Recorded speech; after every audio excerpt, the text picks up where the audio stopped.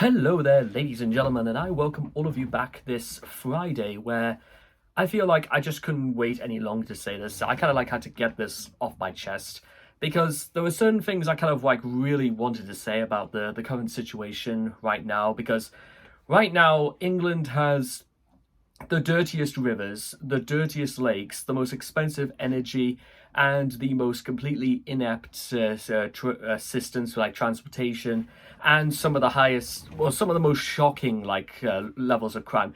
It's very difficult actually about the crime thing to say whether or not we have the highest rate of crime in the whole of Europe, because there is absolutely no justification or any way you can condone anything what happened 2 days ago in Croydon. And actually, I kind of wanted to start with that a little bit, because what I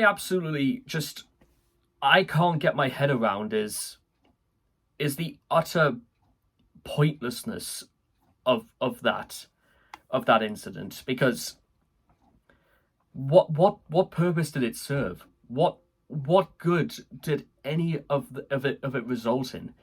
Killing somebody? Really? That's your solution? That is apparently what you, because that is your, that's, you think that's, that's, and you know what, I got just, I'm gonna say this just straight up to all those dickheads who carry knives around with them, thinking that makes them big, thinking that makes them feel protected. Is that is that how you solve your problems, guys? By carrying knives, by stabbing innocent 15-year-old girls? Is that your idea of protection? Is that your idea of, getting your own way by killing people? Is that how you condone yourself? Is that how you treat other people? By thinking that they're just things to just put a knife into and then all your problems are over? It's an issue about people who think they can assert dominance in such a way that they will go to that level just to make sure they get. It's an insecure and an extraordinarily pathetic way of adorning power. But the problem is that it goes even further than that, because that man will forever be known as a murderer, somebody who murders an innocent child for no other reason than he can't accept the fact that he doesn't actually have any power whatsoever over somebody. But mind you, with that being said, what an absolute term that is, thinking that anybody has power over somebody. Let me tell you something now, ladies and gentlemen, and I'm going to tell you straight up exactly what I feel right now. We live in a world where nobody has any power over anybody, and that's how it should stay. No human being should ever call another human being master. Nobody should ever bow or kiss somebody's feet in that manner. Call it just the way of the world, but personally, it's what I've always believed in, but I've never really had the guts to actually say it. And that's what this sort of part of this video is going to feel like for me. It is about having the guts to actually put my balls and my neck on the line when I just straight up say it's not working. This country is going to hell. And unlike what Churchill famously said, is that when you're going through hell, you keep going. Well, what? You think how could this get any worse? I do not even know what could make this any worse. And I can even just start with the newspapers, for example. Like the Daily Mail posts this story about how this 16-year-old cut down a 300-year-old sycamore tree just near Hadrian's Wall.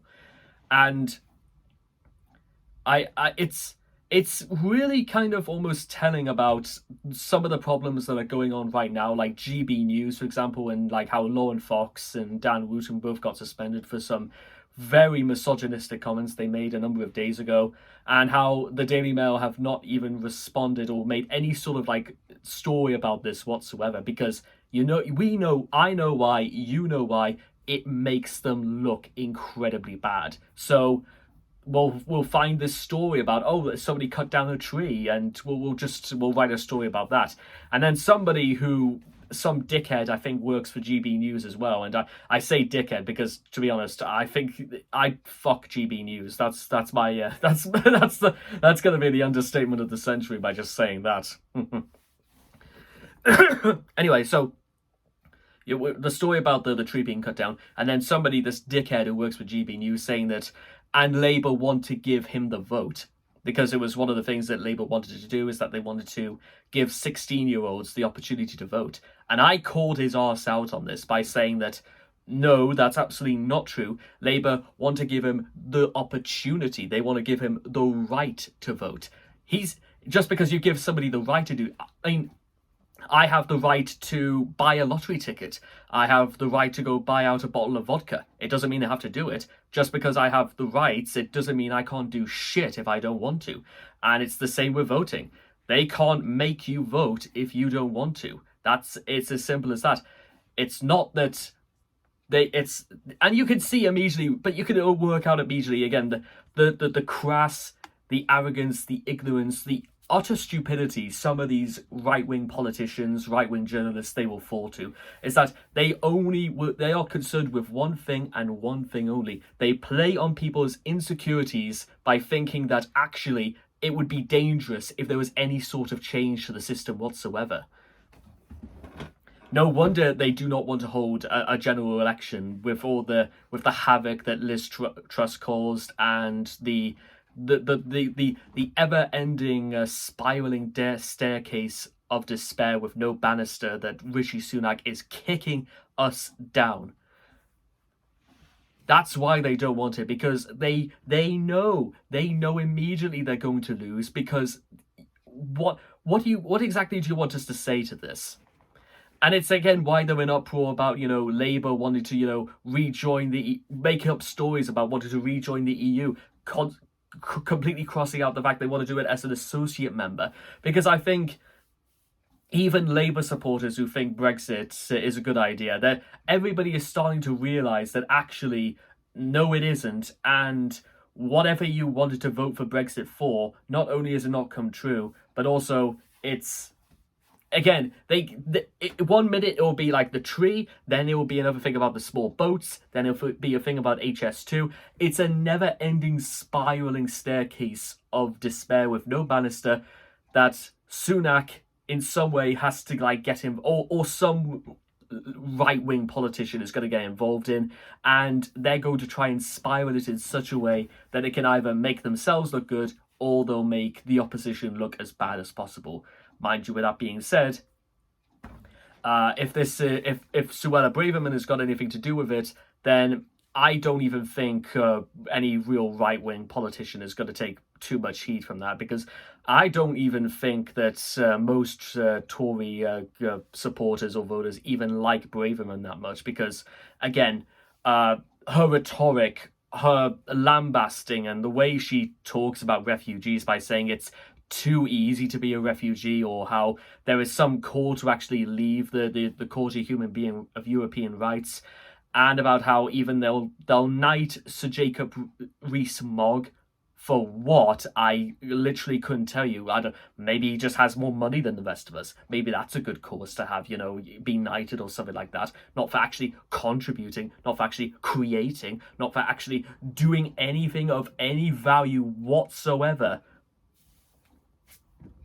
Nidiham Sahari is going to get knighted long before I even get called up. And you know what? I would have turned down the knighthood anyway, because you know what? There was once upon a time, ladies and gentlemen, where, and I'm going to tell you a story, okay? When I was in school, when they would either do the register, but they'll do a separate sort of register. It's at school and stuff like that. It was basically just the names of every other kid in the school and stuff like that. And this is when I was in high school and stuff like that. I was in a very special sort of I don't know why they thought of doing it, but they would have Mr. in front of my name. And I remember the very first time I saw it. In fact, it was the first time my entire class saw it, and it got everybody just kind of oh, what? That sort of thing where you're sort of a little bit taken aback, and you kind of you have to say it to yourself so you can so you know your eyes aren't playing tricks on you. And there was like, I think there was like at least 5 or 6, but the problem was is that anyone who was called Mister, it was something that was very, very rare, and it was like, wow, like how did that happen? Then again, I probably may have. I can think of a few reasons why they called me. They refer to me as Miss. Well, the register referred to me as Mister or something like that. And I was, and by the way, no, I was only 13 when I saw that, and it was like, and it was that level of like the title seemed more important because it seemed almost like a symbol of recognition of the fact that who you are is the reason why we gave you it. It's nothing to do with finances. It's nothing to do with what your last name is. It's got nothing to do with who your parents are. It's got nothing to do with who your brother and sister are. It was because of you. And that's kind of like why I've been a great respecter of titles, like, ever since. And that was the only reason why I think if I was going to be referred to as knighted as a sir, that would probably be the only reason. It's because of the title. But if for literally nothing else. But to be honest, even as I'm sitting here right now, I'm even wondering to myself, would I really turn down a title as grand as that? I don't, and to be honest, I don't even know it because, and here's an interesting little thing about this is that I know that in the hearts of like many people who think about solidarity and, you know, stepping up, sticking up for somebody who is downtrodden and just trying to get along with people, I wonder in their hearts they really they also want it because is it not right and just for ordinary people like you and me to be rewarded with something grand, something that they held with immense prestige and something that has value towards it?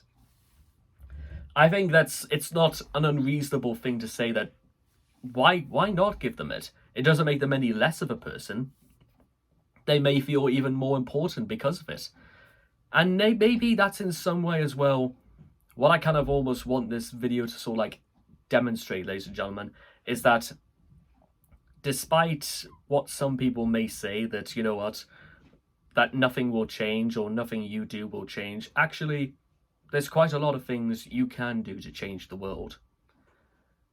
But the problem is, ladies and gentlemen, is that so many other people are also in the habit of saying that if you say this, if you do that, if you say this, remember who you are. People have a habit, ladies and gentlemen, some very specific set of people have a habit of saying that don't even think about it. Don't even bother trying. Some people literally exist for the sole purpose of making other people as miserable, as crestfallen, as downtrodden as everybody else. Which, that's not the answer, ladies and gentlemen. They're just a part of the problem when they do that. And that's kind of what I want to emphasize to each and every one of you. Don't fall into this trap. But you do you. Be yourself, by yourself. Stay with everybody else. Because remember, ladies and gentlemen, life is incredibly short. It's hard to say whether any of us will be here tomorrow. In fact, I even read a story a couple of minutes ago about how this I was like a 10-week-old baby who just came around from I think it was something like who was diagnosed with a very rare specific form of blood cancer and survived. And again, just think. The words sort of like fail me, but that little guy has already lived such an incredible life just at 10 weeks.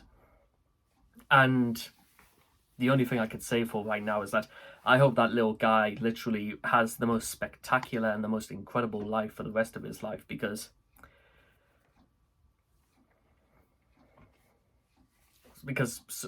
just surviving cancer that young is like, that's, if you, I know again there's probably going to be like many other instances in life, ladies and gentlemen. But what don't you wish? Don't you wish like the best for that little guy after hearing something like that?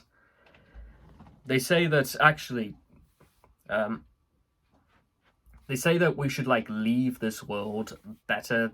We should leave this world knowing that it's better for the next generation than when we came into it, and it's actually from almost a moral standpoint why being involved is so important, because is it not right and just that again there'll be people from 100 years ago who will nowhere near have the sort of opportunities you or I have, and even in 100 years they could be having the same sort of talk that who is going to be who is going to what's I know the lyrics to this. Will you be the savior of the broken, the beaten, and the damned? Because one day I'll leave you a phantom to lead you in the summer to join the Black Parade. Oh God, it's why is it always in moments like these I always fall back on music to remind me just what to say? Oh God, I could just listen to MCR right now just from that. Some old habits die hard, don't they? But aside from that, and this is just maybe one thing I just straight up wanted to say, ladies and gentlemen, is that because we live in an age where so much toxic personalities and so many toxic traits, like it's not just falling into the rivers, it's falling into the streets, into the cities, into our very homes. There's an air of toxicity that spreads everywhere. And actually, you know what I think we should do? I think we should not be like that. I think we should be positive, embracing, loving of each other. Even, and I can't even believe I'm saying this, we should just form an entirely new society that's almost solely dedicated to actually making things better. Like, you know what I mean? We should actually do something positive. Bring and maybe, and you know, maybe it could be me going back to church, or it could be maybe sacrificing maybe a couple of hours of my day just doing litter picking or something like that. Sod getting paid for it. I'd much rather be happy in my mind knowing that I did something. It may be very small, but it was something actually that could have made something the day a little bit better. Who knows? And I'll hold that in some level of consideration, because I want to do good. I want to leave this world knowing that I made things better than when I came into it. And I feel like actually I can do it. All that just depends on is if I really can do it. And I know it might not change a whole lot, but it's got to be a start. And is it not better to make any sort of effort? I think so anyway. So, thanks for listening.